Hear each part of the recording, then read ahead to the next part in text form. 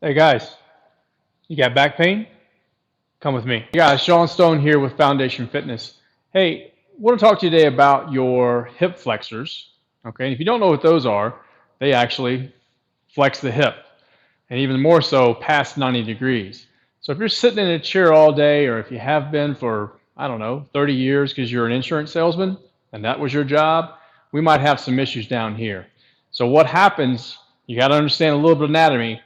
They connect and start at your back and your lumbar spine and the top of the hip, and they come down into the femur, and they're responsible for this S posture that you may have when you're swinging a golf club. And we don't want to swing around anything that looks like this. Okay, so I'm going to give you a few drills today so that you can, if they're tight, we can loosen them up a little bit and get your hips a little more mobile as we're coming through that swing.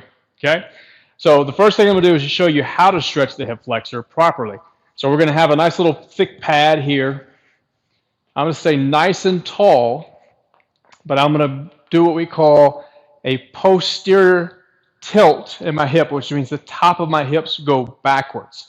So posterior tilt in the tips, firing through the glute, pop the hip forward here, nice and tall, nice little stretch down here through your hip flexor. If you want to add a little more advancement to that, you can raise the arm up, you can rotate over to the side, and get a nice stretch through the hip flexor. Again, we're trying to relieve pressure off of your spine. So what we're finding is, especially since we've been sitting down with this Chinese virus, we've had a lot of back pain starting to happen, and a lot of people are getting back out and going into their normal play out here on the golf course. So we're ended up with some people with some back issues here. So that's one way to do it.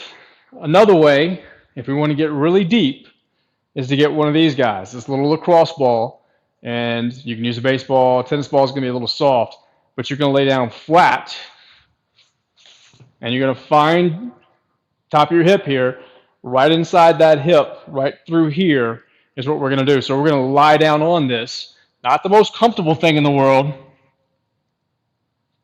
but we're going to find those hip flexors, and then we're just going to sink down into this. Hopefully you can still see me.